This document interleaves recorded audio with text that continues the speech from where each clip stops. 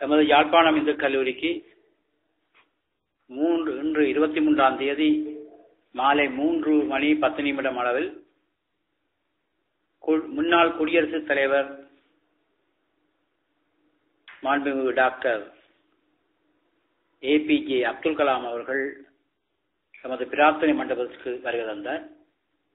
இந்த பிரார்த்தனை மண்டபத்திலே ஒரு நினைவு கல் அவரால் சிறுநீக்கம் செய்யப்பட்டது. அந்த நினைவு கல்லிலே 19ஆம் நூற்றாண்டில் வருகை தந்த சுவாமி விவேகானந்தருடைய படமும் 20ஆம் நூற்றாண்டு வருகை தந்த தேசபிதா மகாத்மா காந்தியின் படமும் அங்கு வைக்கப்பட்டது. அத்துடன் இன்று வருகை தந்த டாக்டர் APJ அப்துல் கலாம் அவருடைய படமும் அங்கு வைக்கப்பட்டு அதற்கு கீழே அந்த கல் இவரினால் திரைநீக்கம் செய்யப்பட்டு அது உறுதிப்படுத்தப்பட்டது.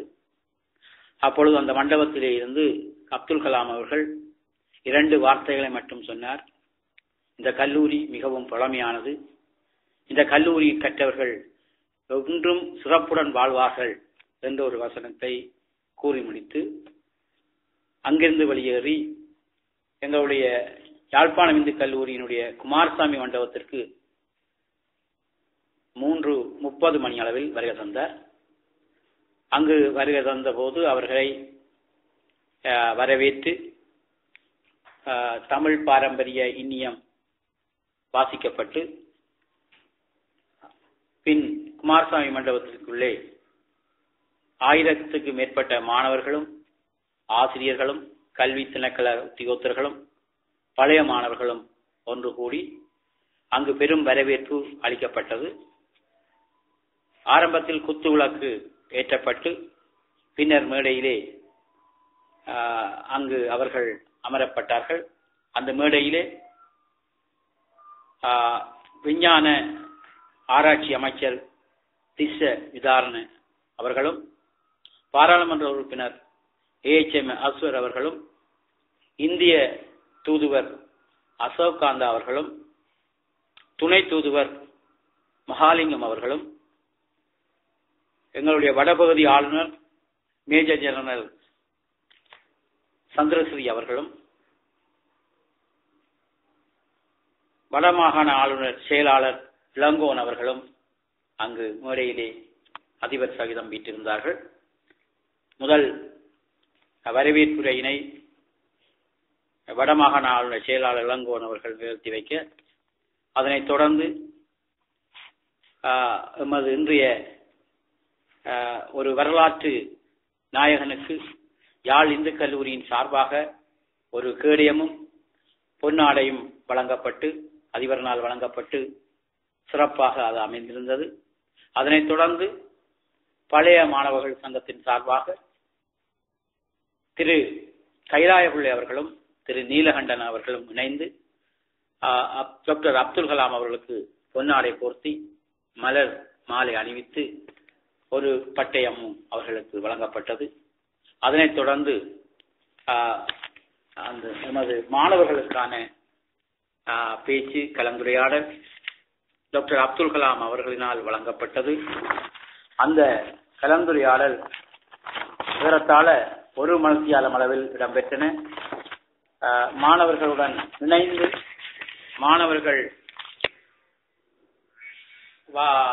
மாணவர்களுடன் அவர் சொல்ல மாணவர்களும் சேர்ந்து சொல்லி மிகவும் சிறப்பாக அந்த கலந்துரையாடலும் பேச்சும் இடம்பெற்றிருந்தன. அவர் மாணவர்களுக்கு 10 உறுதிமொழிகளை அளித்திருந்தார். 1, உண்மைக்கும் நேர்மைக்கும் எடுத்துக்காட்டாக எப்படி வாழ்வது. 2வது, கடமை கண்ணியம் கட்டுப்பாட்டுடன் எப்படி நடப்பது. 3வது, அடுத்தவளை மதிக்கவும் அடுத்தவளை பாராட்டும் பண்பை எப்படி வளர்த்துக் கொள்வது. 4வது, பெருமையுடன் எப்படி வாழ்வை எதிர்கொள்வது. 5வது, தன்னம்பிக்கையுடன் எப்படி வாழ்க்கையில் சவால்களை சமாளிப்பது. 6வது, பேச்சு மற்றும் தொடர்பு திறனை எப்படி வளர்த்துக் கொள்வது. 7வது, கூடி உழைத்தால் எப்படி மிகப்பெரிய வெற்றி அடையலாம் என்ற தத்துவத்தை புரிய வைப்பது.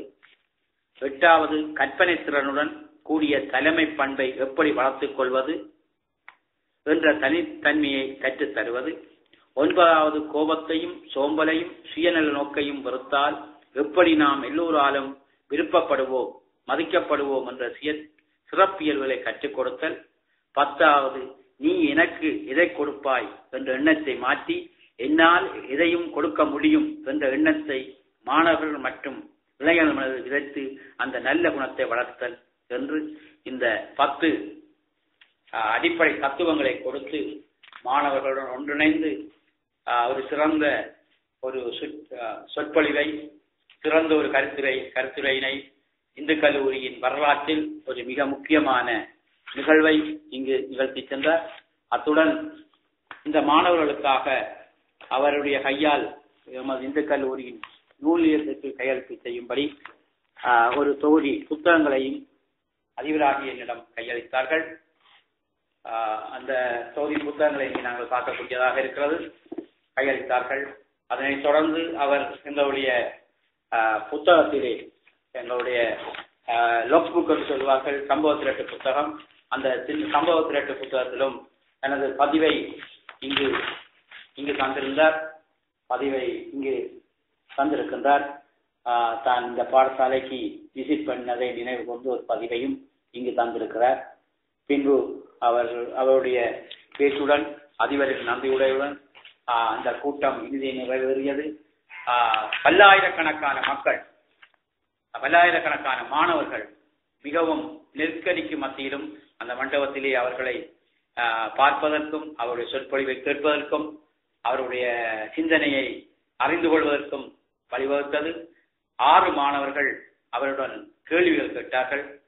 அந்த கேள்விகளை தனித்தனியாக ஒவ்வொரு மாணவனுக்கும் ஆங்கிலத்திலும் தமிழிலும் மாறி மாறி பதிலளித்தார். ஒரு மிகவும் சிறப்பான ஒரு மேடையாக அங்கு இருந்தது. இந்து கல்லூரி வரலாற்றில் ஒரு ஆன்மீக வருகை, ஒரு அகிம்சையின் வருகை, ஒரு அறிவியலின் வருகை.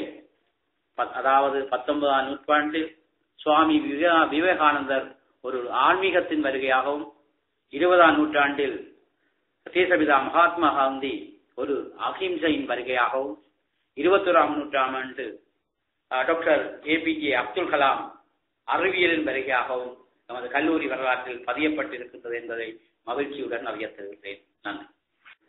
அதிமேல் மேன்மதிங்க திரு அசோக் காந்தா அவர்களே, மாண்புமிகு திரு அஸ்வர் அவர்களே, திரு மகாலிங்கம் அவர்களே, ஸ்ரீ கணேஷ்ராஜா அவர்களே, யாழ்ப்பாண பெருமக்கள் அவர்களே, ஆசிரியர்களே, மாணவ செல்வங்களே, உங்கள் அனைவருக்கும் என் அன்பு வணக்கம். வணக்கம், எல்லோருக்கும் வணக்கம், உங்களுக்கு வணக்கம்.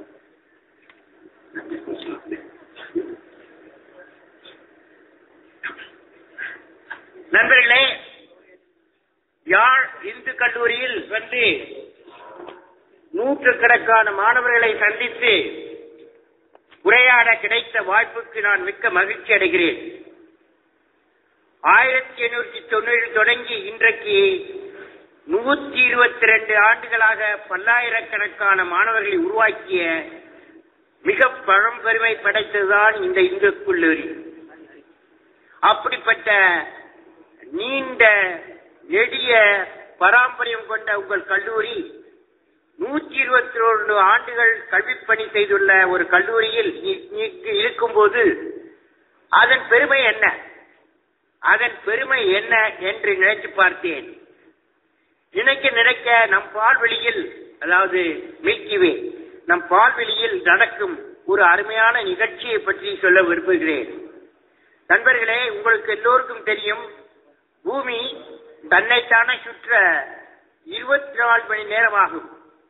இரவும் பகலும் நிகழ்கின்றன இந்த நிகழ்ச்சி. அதே பூமி சூரியனை சுற்றுகிறது. அது ஒரு சுற்றுவதற்கு ஒரு வருடமாகிறது இல்லையா? அதாவது உங்கள் இந்து கல்லூரி பூமியில் இருப்பதால் இதுவரை 121 முறை சூரியனை சுற்றி சுழன்று பல மாணவ நட்சத்திரங்களை உருவாக்கியுள்ளது.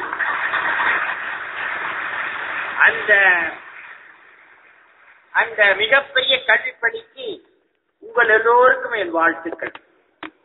எனவே யாழ் இந்து கல்லூரியையும் அதை நிறுவிய நிறுவனர்களின் தொலைநோக்கு பார்வையையும் அவர்களின் சமுதாய பார்வையையும் தமிழ் வழி கல்வி முறையையும் தமிழை வளர்க்கவும் கல்வி தமிழ் மாணவர்களுக்கு கிடைக்க இந்த கல்லூரியின் நிறுவனங்களும் அவர்களுக்கு பின்பாக வந்த நிர்வாகிகளும் ஆசிரியர்களுக்கும் இந்த கல்லூரியில் படித்து பயின்று உலகத்தில் பல்வேறு உயர்ந்த பதவியில் இருக்கும் முன்னாள் மாணவர்களுக்கும் இந்நன்னாள் மாணவர்களுக்கும் எனது மனமார்ந்த நல்வாழ்த்துக்கள் தெரிவித்துக் கொள்கிறேன்.